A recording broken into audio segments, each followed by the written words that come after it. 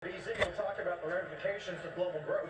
And they made history, recording the farthest ever human space flight. The crew. The Dow up, S&P 7250-ish, although off the session highs.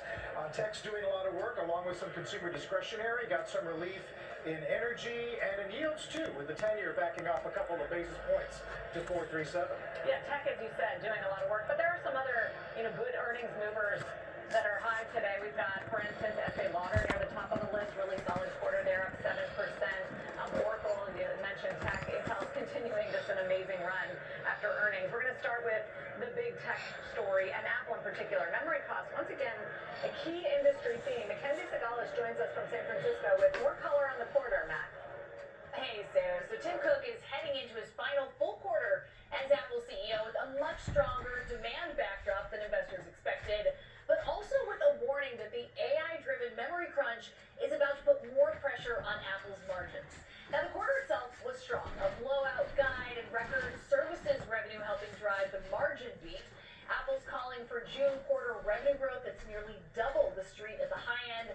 That guidance helping to overshadow the slight iPhone miss and reinforce what Apple told me was really an availability issue, not a demand problem.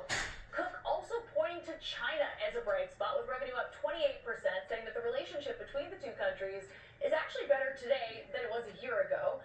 But alongside what was otherwise a strong quarter was a warning from Cook.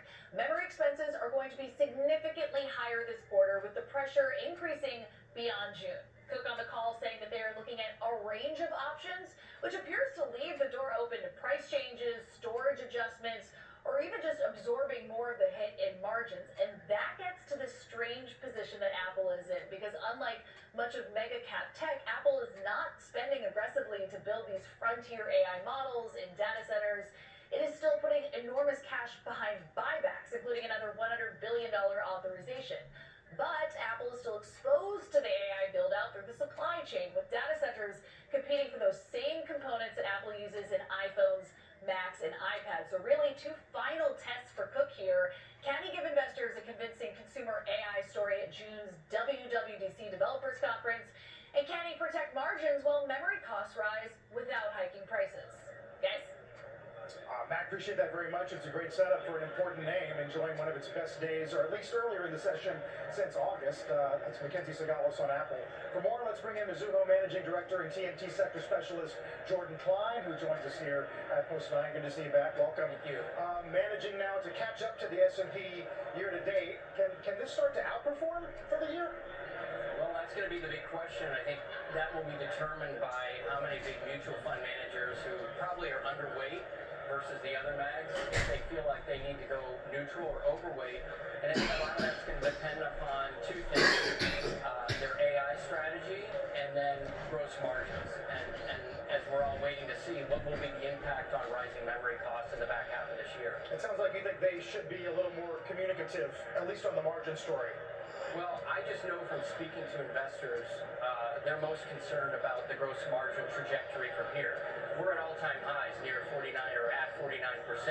The question is how much of this memory cost do they eat, meaning not pass along to the consumer, to then take share, or maybe they decide we don't want to have our margins go down as much, we're going to raise prices, and that could be an issue. So I think investors are always leery of hardware stocks with gross margin variability. So if they could just tell you a little bit of a range, that might help. On the other hand, at some point, do you give a pass to those that are everybody's dealing with the same supply constraints and the memory prices, as long as the demand environment is there and strong? Well, the demand environment is there, but if they raise prices, is the demand is still as good as you would think? That's the big question, is that what's the consumer's propensity to pay more for these products if Apple says, we need to raise prices, we want to hold our margin. But I agree, everyone's dealing with this, and the bottom line is they're dealing with it better than anyone else. It's just that they are such a big, consumer